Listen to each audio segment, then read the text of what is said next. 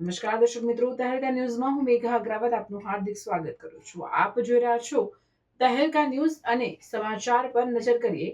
મહારાષ્ટ્રના પાલઘર જિલ્લાના બોઈસર ઔદ્યોગિક વિસ્તારમાં ભગેરિયા કેમિકલ ફેક્ટરીમાં મોટા પાયે ગેસ લીકેજ થતા આજુબાજુના વિસ્તારમાં લોકો પર અસર જોવા મળી છે. મોટા પ્રમાણમાં ગેસ હવામાં ફેલાઈ જતા નાસભાગ મચી હતી. કામદારોમાં દહેશત જોવા મળી હતી.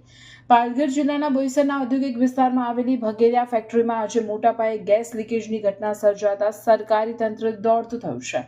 ઓલિયમ ગેસ લીકેજના કારણે ફેક્ટરીમાં કામ કરતા કામદારોને શ્વાસ લેવામાં તકલીફ પડી હતી, તેમજ કંપનીના પરિસરમાં ગેસનો ધુમાડો ફેલાયો હતો. પરિસ્થિતિની ગંભીરતા જોતા વહીવટી તંત્ર દ્વારા તાત્કાલિક કાર્યવાહી કરવામાં આવી અને આસપાસના વિસ્તારની અંદાજે 15 ફેક્ટરીઓમાંથી કામદારોને સુરક્ષિત રીતે બહાર કાઢવામાં આવ્યા.